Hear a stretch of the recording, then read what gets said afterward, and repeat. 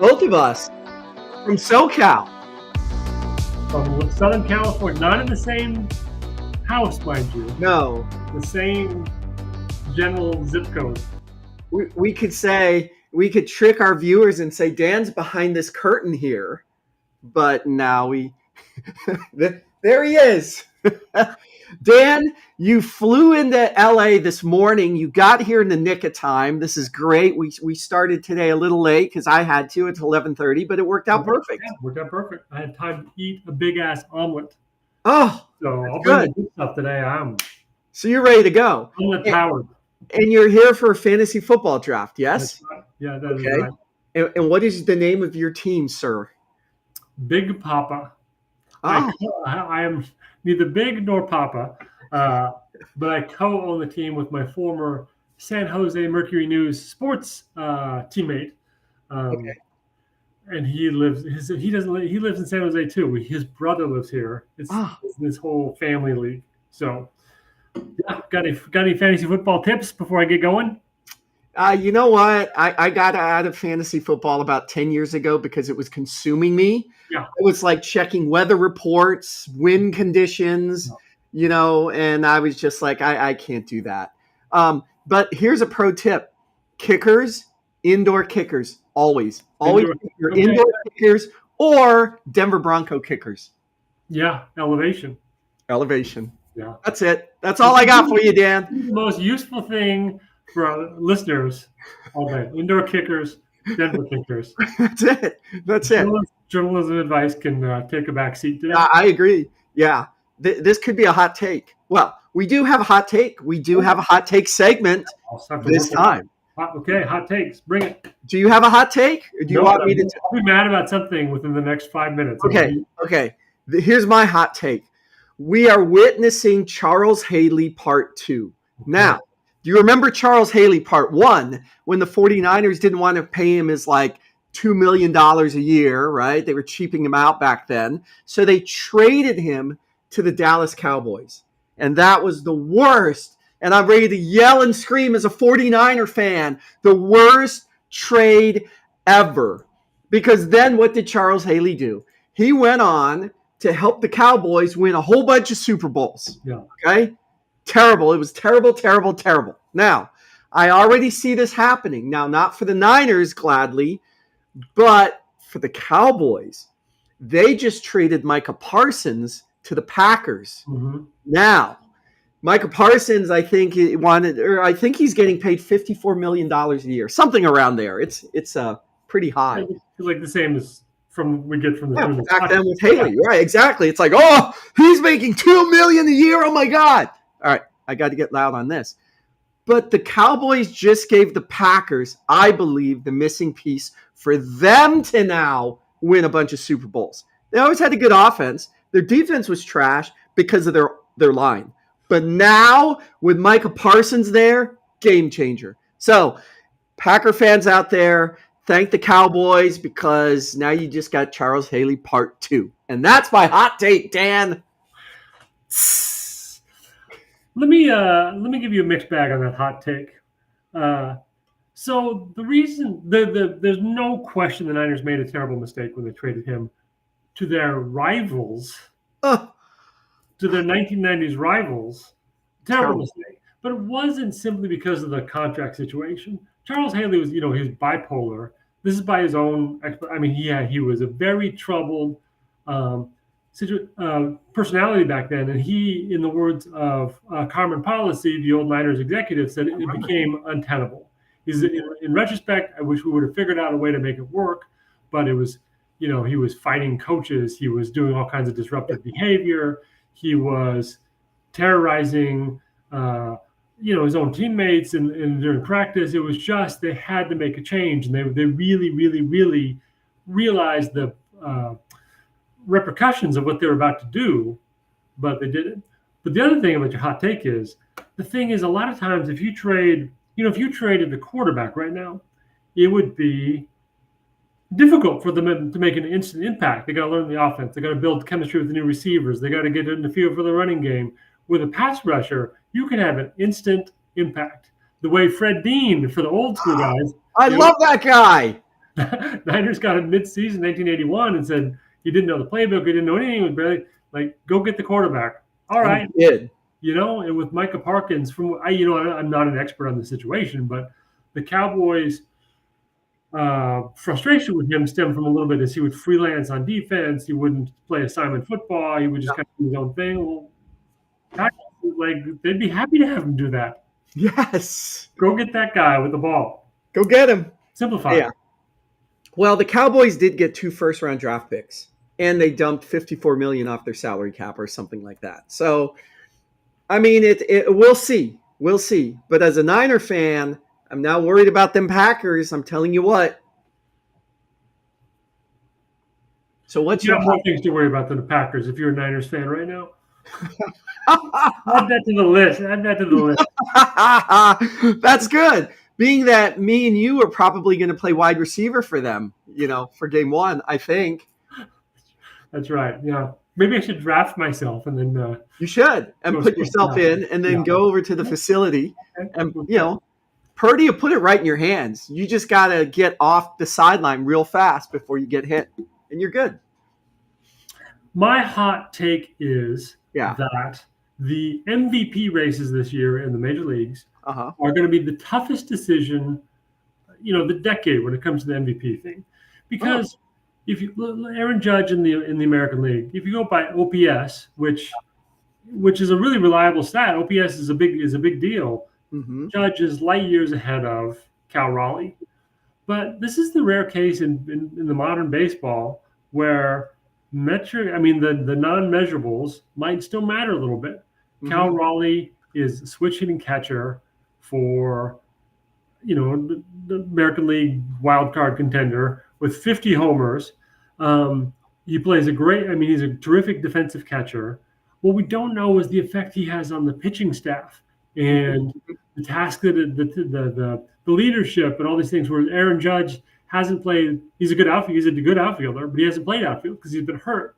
So how do you use the nuances of OPS, Judge is here, Raleigh's here, but solid defensive catcher, calling games for the young pitching staff, guiding them towards the playoffs?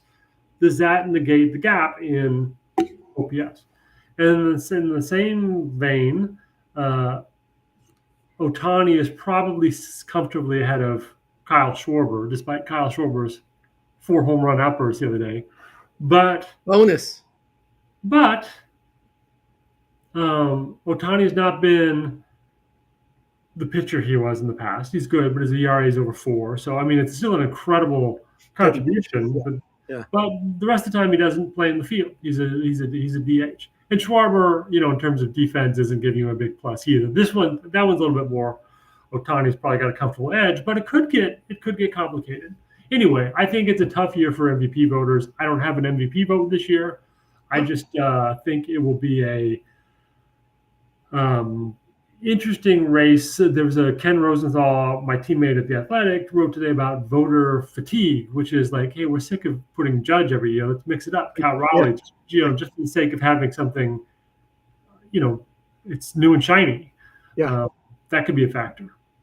Okay, I love that hot take. Shouldn't be a factor, but could be a factor. Let me ask you this. If you did have an MVP vote, who would you vote for? I know there's a month left, but who would you vote for? Let's just say it ended today. I would not have voter fatigue, and I would check Ohtani and Judge all over again. I say that as a Mariners fan, but I think that Judge's season, if you break it down, it's almost as good as his 62 homer season. So you did mention OPS, and so the stat guys, right? They talk about WAR, wins over replacement, all that. Did they calculate that for the 2 guys there too? Because I would think the catcher would have, a pretty good WAR. They do. I should look it up. What I was reading this morning kind of dismissed WAR in this equation for reasons, and I guess win probability added has become a big thing. Whoa. Yeah. Wow. Okay. We may have to have a segment on a future show on just that. Yeah. WAR, OPS, because back in our day, right, we had batting average, home runs, stolen bases, and runs of all things. When we were doing it. I don't mind WAR. When I look at the leaderboard, I always think, yeah, it's about right. But Bill James, of all people, Yes. just ripped, not just ripped, but he has ripped war. In fact, I called it a junk stat um, Oh, for reasons that are too complicated for me to remember. But huh. it's funny because we take it a little bit. It's become of supreme significance, but Yeah. should it? Like, should it? There's so many things it's designed as a catch-all tool, but is it base running, fielding? Are we getting that? Are we getting that right? Very interesting. Maybe we should have our guy Mike Gimbel on one of these days. We should. Yeah. Yeah, let's do that. What he thinks? Did he Yeah. work with Bill James? Did they overlap at the Red Sox, or did they replace him? Yeah. He did, and he was with Okay. all those guys, Duquette and him, and yeah, they were all those stat guys. I remember he told me a story once that he was instrumental in getting rid of Mike Greenwell. You remember Mike Greenwell? Yeah, of course. Because everybody loved the guy and they thought he was good, but then Yeah. Gimbel knew from a stat perspective this guy was not that good. Interesting. Yeah. I wish I'd known that because I drafted Mike Greenwell on my fantasy team in like '88, and he was already done. Well, that's the thing. I used to play in a fantasy league with Mike Gimbel, and he would draft some guy. He drafted Mariano Rivera, and everyone's like, "Who's this guy?" Yeah. Setup guy for who was the closer back then? It was Wetland, right? Setup guy for Wetland. Who's that guy? Yeah. And that was that phenomenal season that he turned Yeah. in. That his ERA was like that. Yeah. And Gimbel was a character too. I don't know if you know anything about the guy, but he was a jovial guy. So he would go, "You haven't heard of him now, but you will." We're gonna have him on just for that. We should. We should have him on. That would be fun because I am interested in what you're exactly saying there. Like, as stats have evolved, what is the rule of thumb here, and what are the GMs using these days? I have no idea. I'm just wondering. You know. Yeah. So OPS and then OPS plus, which is park adjusted. So if you park adjusted, yeah. And Houston Astro adjusted if they're stealing their signs. It's OPS plus plus.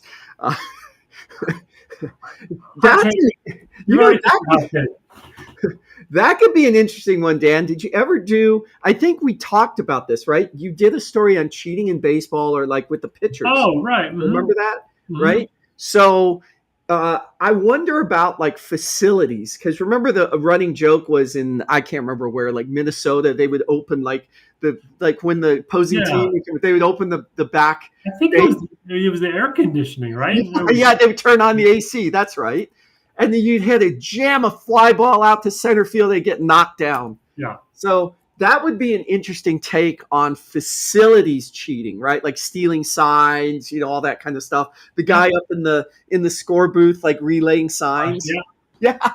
Well, and then there was like the famous in the 1962, the Dodgers and Giants had a one-game playoff, and Candlestick Park, so to slow down Maury Wills on the base pass, they just soaked the first base area, so it'd be muddy. So you couldn't get a good jump, or like his spikes might slip or whatever. They just drowned the first base back. Yeah. Cheating? I remember. Cheating? Yeah. Is it? That's people can just go, "Oh, I forgot, I left the hose on." That's funny.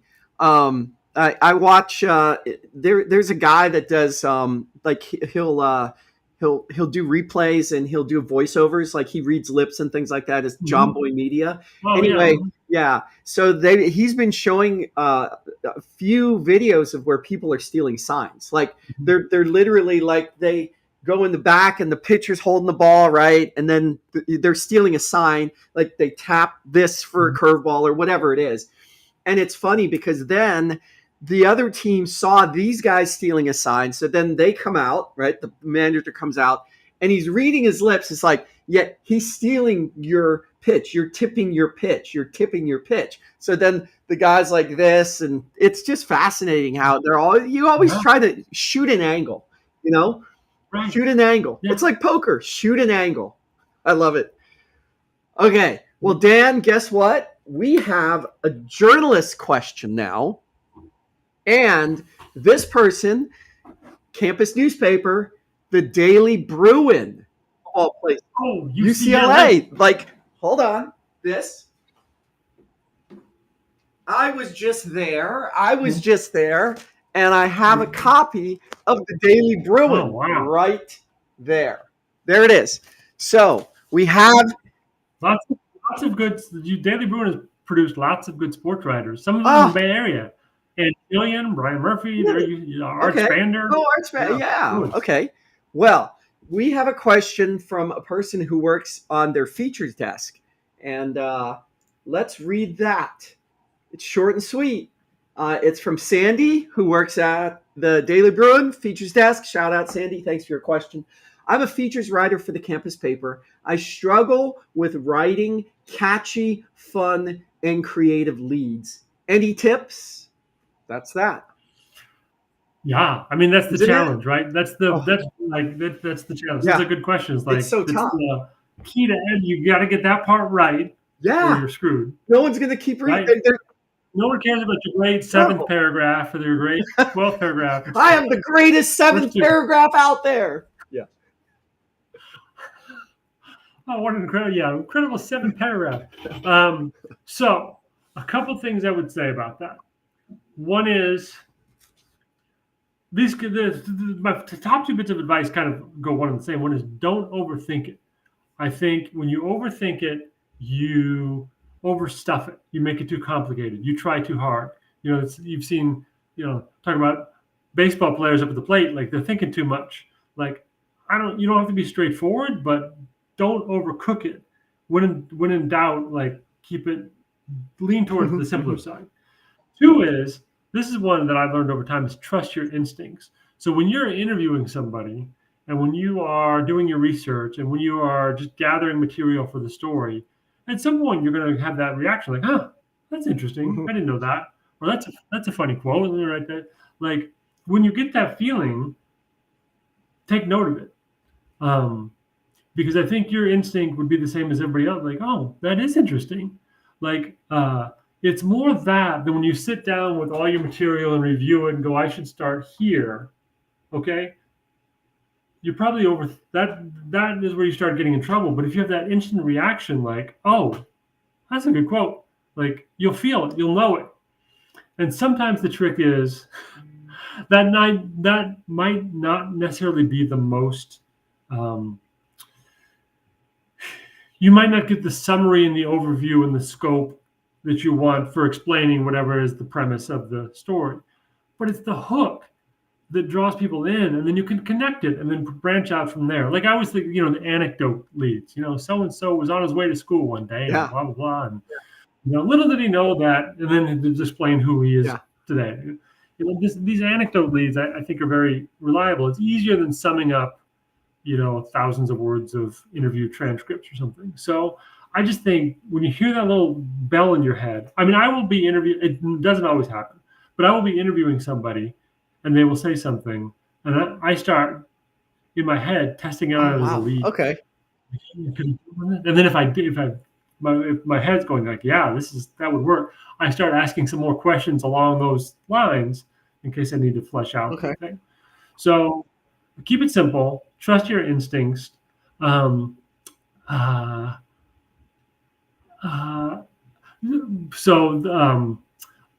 used this before, but the best advice I ever got was your lead should be the first thing you would tell somebody at a bar about the story. Because you have this natural storytelling ability that's natural or learned or whatever over time. Like where to start a story if you're telling a friend. Like you'll never believe this, but so it started this. The way you're starting that story is the way you should start the article, because it is, you have formed, you have formed like this, the formula for telling a story. Introduce the characters, start with something kind of juicy, have a little air of mystery to it. All those things that we just kind of do when we're talking to each other naturally. Sometimes people lose it when they start typing stuff in. And then secondly, along those lines, I can't remember. I've already lost my train of thought. But Howie and I, Howard Beck, my dear friend from the UC Davis I love that guy, and I love that paper. Yes. Way back when we were like 19 and 18, without, when you have, there's never, you never think you know more about the world than when you're that age.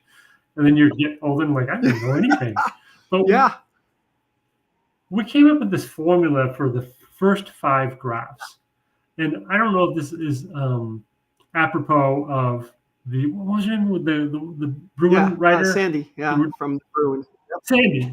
I don't know if this Yeah. is apropos of Sandy, but it is helpful advice. And I see if I can remember the 5 things, because we called it the first 5 graphs. And well, let's see if I can remember. Number 1 is impact fact. So think about what will matter to readers, what might impress them, what might just something to capture the attention about why this story is a story in the first place. Establish like why this person or the subject or this topic is worth writing about. Impact fact, and have a stat or something. 2, if it's shit, get rid of it, which means I love it. Don't get overly wordy, and don't try to do too much in the beginning. Like, kind of set the pace this inviting pace by keeping it kind of streamlined at the beginning. So be careful of excess words in general, but especially at the top, because if you get too flowery, people will get confused. Number 3 was within the first 5, bring it alive, and that means try to get a quote in those first 5 graphs. Show that you've talked to somebody. Get another voice to chime in on this thing. And by the way, none of these are hard and fast rules. These are just guidelines for rule of thumbs. What my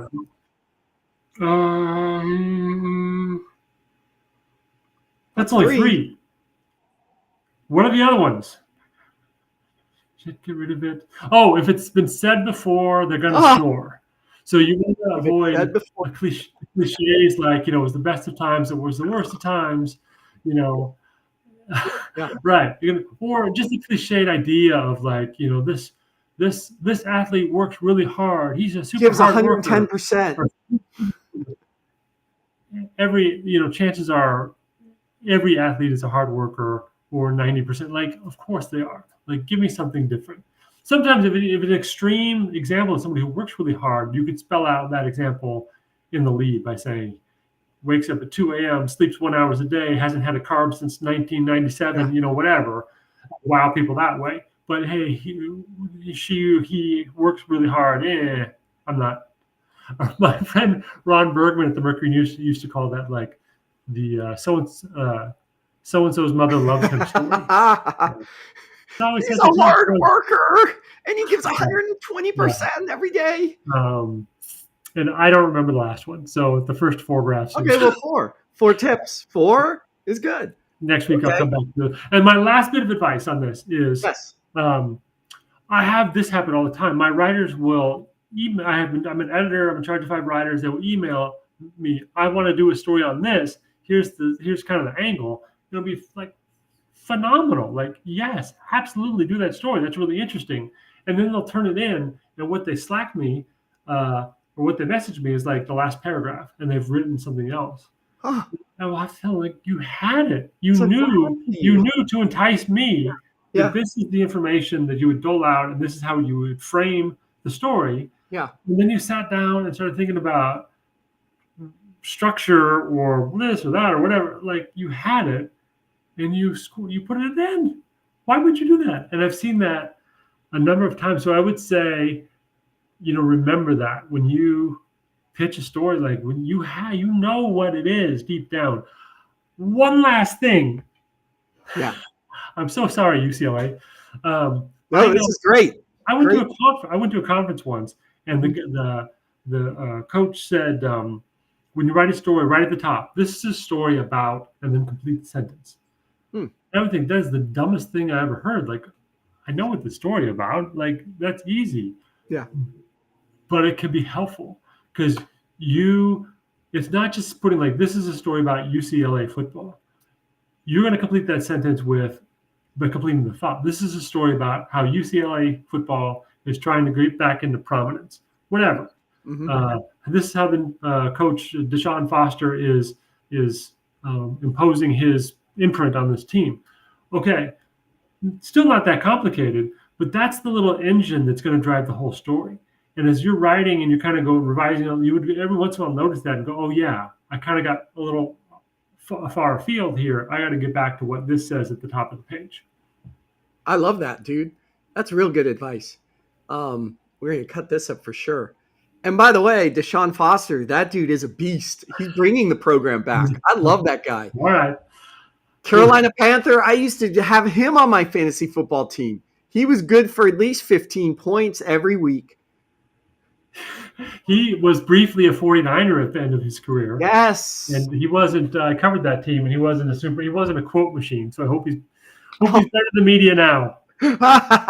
Well, Sandy, your writing features, maybe do a feature on Deshaun Foster and what he likes to do outside of coaching football. That'd be cool. I'm excited.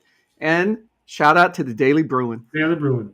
Okay, now, you did mention the 49ers. You did cover the 49ers. We have a fun segment for you, Dan. Are you ready? Fun for me or fun for you? I don't know. I think it's going to be fun for you because I do believe you're going to nail these because not only did you cover the team, and these are all historical things, but numbers stick in your head. I know. So we're going to play Name That Game. Okay? Okay. I'm going to give you a score. Score. I'm going to give you a score, and you name that game. Okay. Now, I'm not going to pick some rando game like, it was a game against the Cardinals in like 1996. Now, these are going to be significant games, either playoff or other significant pieces. Okay? So why don't we just jump into it? For your gambling crowd, which I know you have, I want you to just sometime do Name That Spread. Niners minus 4.5. Oh, that was the Eagles game last year. Now that would be amazing. Name that spread. Yeah. Well, when we get sponsored by GG Poker, then we'll have to do that kind of stuff. So, okay, I'm going to start you off with a real easy one. Okay. Very, very, very great game here. 28-27. I can do that one. Yep. As Dwight Clark making the catch in the 1981 NFC Championship game. Yes. Yeah, Dwight Clark leaping into the sky, catching the pass from Joe Montana, iconic moment. Maybe, on that short list of greatest plays in NFL history. Oh. Or most iconic plays in NFL history.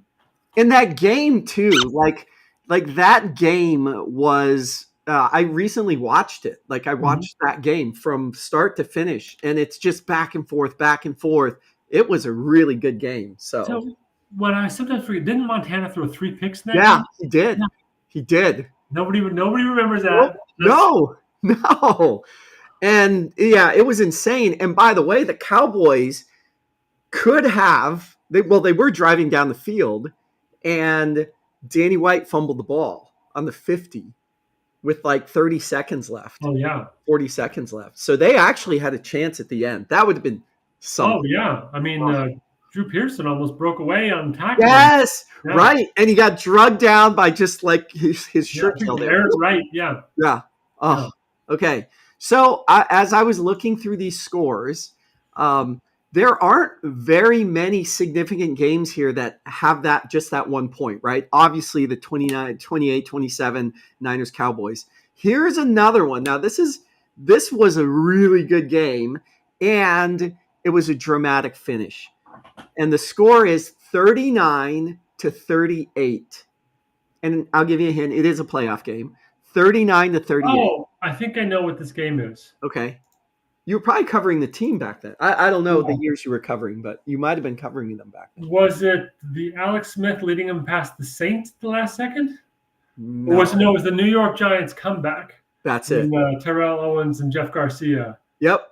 I was at that game. I covered that game. I was on the sidelines for the finish. And we all, back in the day, you would, at the Candlestick press box, you would leave early so you could be on the field for the final and then get in the locker room right away. Because otherwise, if you're fighting the fans, you could everybody would kind of stream down there. Well, you walk down there thinking the Niners are going to lose, and you get to the bottom stair and you look up at the scoreboard again, like, what the hell just happened? Yeah. That's crazy, huh? Yeah, it was insane. They overcame a 24-point deficit in the second half. Yeah. And remember, that was that one where they were going to kick the Giants were going to kick a field goal. Yeah. Right, to win that game. Yeah. They bobbled the snap, and the dude heaved it up and then the Niner just pulled the guy down. It could have Yeah. easily been a pass interference Wow. at the end there, but they didn't. That what was the name of that snapper? The long snapper. Trey Junkins. Oh, right. Yeah. Yes, that's funny. Ah, and I remember that game because Carrie was a big, she's a big New York Giant fan, and that Mhm. was World War III in our house, right? When the Giants went up, I was like mad. I went in the basement. I'm like, these bums, losers. And then they start coming back, and I hear her upstairs screaming, these bums, these losers are blowing this lead. Yeah, pretty funny. Okay, are you ready for this one? Now, you did mention it. I'm going to toss this one up. This is a softball one for you. 36-32 playoff game. That's it. Yeah, that's that same game. That was a pretty cool game. I remember watching that as well. That was in 2011, 12, something. That was incredible. They're both incredible. I covered both those. They were both incredible. And Candlestick just was so loud, and the fans were so crazy. And that one was like such a redemptive arc for Alex Smith, who had been through so much trouble and so much I love that guy. And from Vernon Davis, who was pretty good but dropped a lot of passes and had the wrath of Mike Singletary for a while. Yeah, and he made a tough catch in traffic, with contact and held on to the ball. Yeah, and I was down there on the sideline for that too. And he came back. He was crying. Yeah, within it, they realized what they'd done. Yeah, and that was the Harbaugh, right? The Harbaugh era, just starting there. Yeah. I think. Yeah. Okay, I'm going to give you a non-playoff game here. Okay, non-playoff game, 56-17. So, 56-17. Now, you might not know exactly who it's against, but what is the significance of this game in 49ers lore? 56-17. Mm-hmm. I have to say I don't know. I will not give you dead air by sitting here and. This is the highest scoring game that the Niners put up 56 points. That was the highest scoring game. October 18th, 1992 versus the Atlanta Falcons. Wow. So that was probably a big Jerry Rice game. Oh, he probably went off, right? That's a gap in my knowledge for sure. Okay. And here's another playoff game. This is a fun one. 38-35. Okay. Old. I think I have a guess on this. Was this a Joe Montana comeback against the Saints? Yes. Yes. I knew it. Yeah. Don't bet against Dan Brown. You can't stop him. You can only hope to contain him. Yeah, that was the Joe Montana comeback that signaled what this guy was about. Yep. And they were down 20 points? They were down 35-7 at halftime. Insane, right? They call it the Maricola Candlestick, December 7th, 1980. Apparently, they went into the locker room there, and Walsh was just like, okay, let's make the second half respectable. And Montana gave a speech that we're gonna win this, and that and then he came out through a 71-yard touchdown to Clark, and it was game on from there. So that's really cool. Okay, I got one more for you, Dan. One more. 15-13. This is a playoff game. 15-13. I don't know. I'll give you a hint. The Niners were on the losing end of this one. So the other team had 15. Was this the Seahawks game? When they lost the Richard Sherman tip? New York Giants. Oh, wait a second. I think I know. This is the Roger Craig fumble. Roger Craig, yep. And I have blocked it from my memory because I love Roger Craig so much. And that was, you were on their way to a three-peat. Yep. Essentially needed to run out the clock. Yep. And beloved, my dear friend Roger Craig fumbled. Right. And then some kind of Matt Barr kicked the winning field goal. Terrible. Some kind of ball. Yeah. That was I really think had they held on, they would have three-peated, no problem. Oh yeah, because the Bills weren't really that good, and the Bills almost beat the Giants. No. That was Scott Norwood, right? Wide right. All right. Well, Dan, you did really good here. Okay, that's good. All right. What a fun segment. Okay. Could have been worse. And we're gonna close it out with, I have a few things here. Oh. So why don't you pick? Is it brown bag or is it brown sack day? The sack looks like heftier. Like there's more good stuff in there. So let's go Okay, sack. let's do the sack. All right, now remember the sack is interesting questions here that are not necessarily about sports or journalism. What is one belief that you hold that most people do not share? Okay. What Let's is one see. belief that you hold that most people do not share? I don't like Nirvana. Ah, I don't like Nirvana. And okay. I don't. And people say, "Oh, you don't like Nirvana, but they were important." And That's a good one. I dispute even that because they just begat more terrible grunge bands. Like we don't need Creed and Nickelback. Thanks for nothing, Nirvana. Yeah, that's really good, dude. I like that. So, we're going to have to cut this one up and like overplay didn't Taylor do oh no, that was something else. No, she covered like not Nirvana, but I think she covered like the Presidents of the United States of America song or something like that. It was interesting. But anyway, that's a good one. I think Taylor's done a Train song. I think she's done, see? What's that song? Jupiter? Drops of Jupiter? I've heard that one. Drops of Jupiter. You like Nirvana? I'm pretty indifferent about them. But you're right. Like back when we were growing up, like it was all like that. Nirvana, Pearl Jam. I like Pearl Jam. Yeah. I like Foo Fighters. It's got the DNA of Nirvana. I just don't like it. Okay. Well, that's really cool. I like that. That's a good one because I would have never thought you were going to say that. Because I feel alone in that opinion. That's why. That's good. I feel alone in that opinion. When you say like, what's an opinion you have? Not just an opinion, but that other people wouldn't have. That is definitely, I get some pushback on that. Yeah. Yeah. Okay. Well, there you go. Now, Dan, what do you have cooking next week? Like story-wise, like what do we have going on? Do you have any articles coming out? Are you going to write something about Tay's new, album that she's now releasing all these vinyls and stuff? I mean, what's going on in your world? Okay. Well, what's going on? I'm not writing that much for The Athletic right now. I've got a break in the action where I'm working on the San Jose Sports Hall of Fame, as I mentioned. Oh, that's right. You told me about that. But I did. Here's my little plug.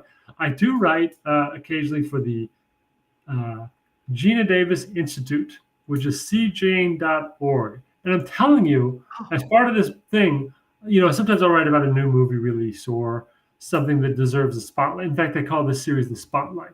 Okay. There's a movie called Out of My Mind on Disney Plus, and it's about a girl with cerebral palsy acclimating to a public high school.